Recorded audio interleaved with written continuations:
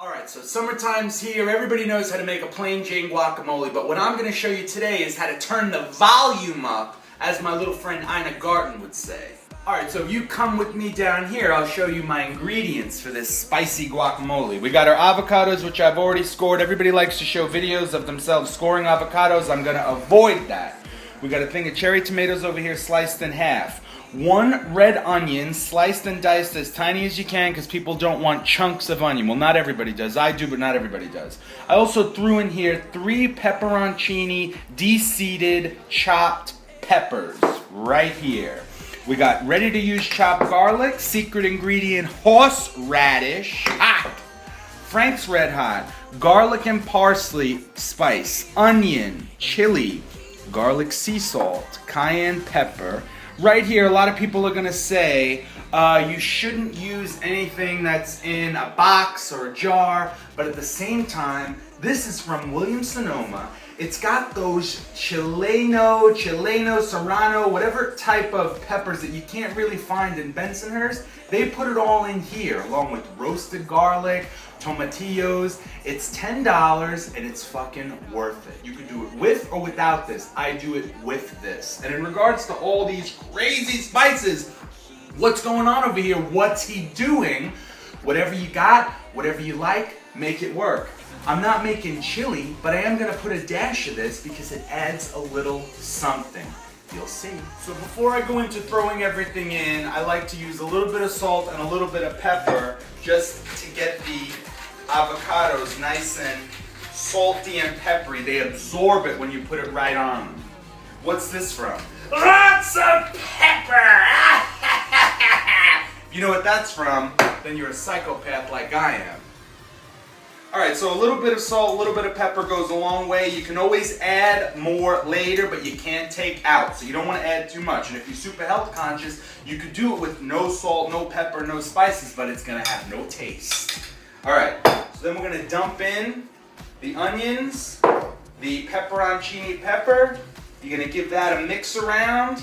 It's very easy. Once you have everything set up, it really is easy. I like to bring guacamole to any barbecue that I go to, because if you make it right, people are going to ask you, how'd you make that? You got to share your recipes with people. Nothing's a fucking secret nowadays anyway. Why are you going to keep a secret recipe? So anyway, whenever I bring this, it's usually a hit because I put a lot of love in it. The main ingredient is love. This is coming off crazy. So I've been prepping this all morning, and somebody over here in anticipation of tasting the guacamole has next to passed out. Alright, so now that I threw the tomatoes in here and I mixed them all in, here's how you gauge everything else. We're not going to play that pinch of this, pinch of that, cup of this, teaspoon of that game. Pretty much, if you like horseradish, have a heavy hand. Don't go too crazy. I mean, maybe put, I don't know, a tiny little palmful. Bam! A little bit of garlic and parsley, a little bit of onion, a little bit of chili, a little bit of garlic sea salt, a little bit of cayenne pepper. That's how we're measuring everything. A little bit of this, a little bit of that. If you taste it as you're making it with a chip here, a chip there, you'll know what's working and what's not working. The power behind Frank's Red Hot.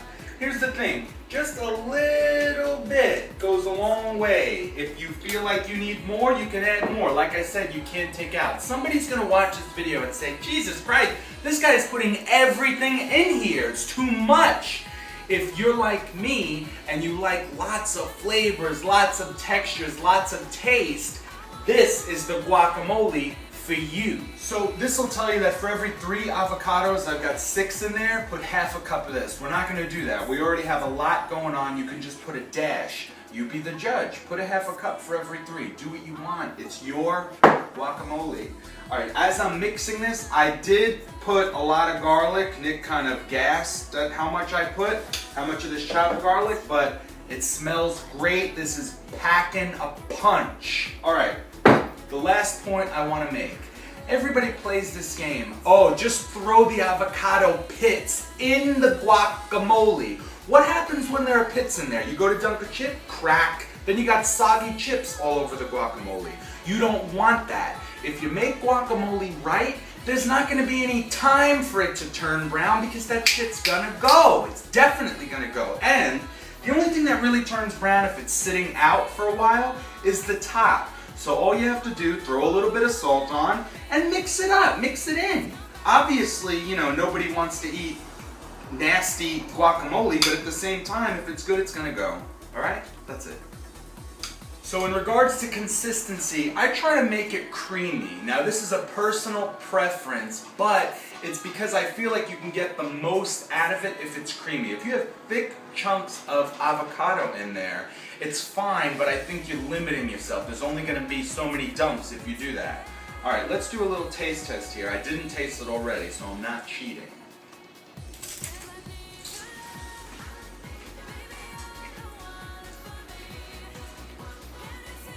All I can say is unfucking real.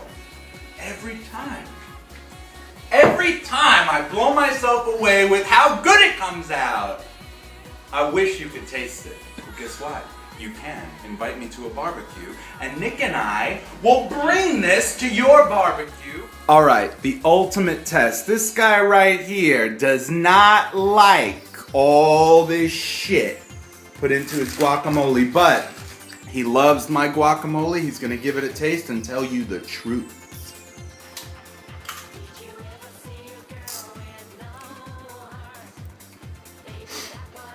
The truth. It's a lot of flavors, but they all work together, and it's very good. Diplomatic answer. All right, last but not least, now that this is done, what you can do is divide it in half, put half in one bowl, half in another, and then go crazy spicy with one bowl for those of your friends who are spicy lovers, and then the other could be a little bit more plain. Or you can make two batches, one wild and crazy, one plain Jane. Everybody wins. Thanks for watching my video. Have a great summer.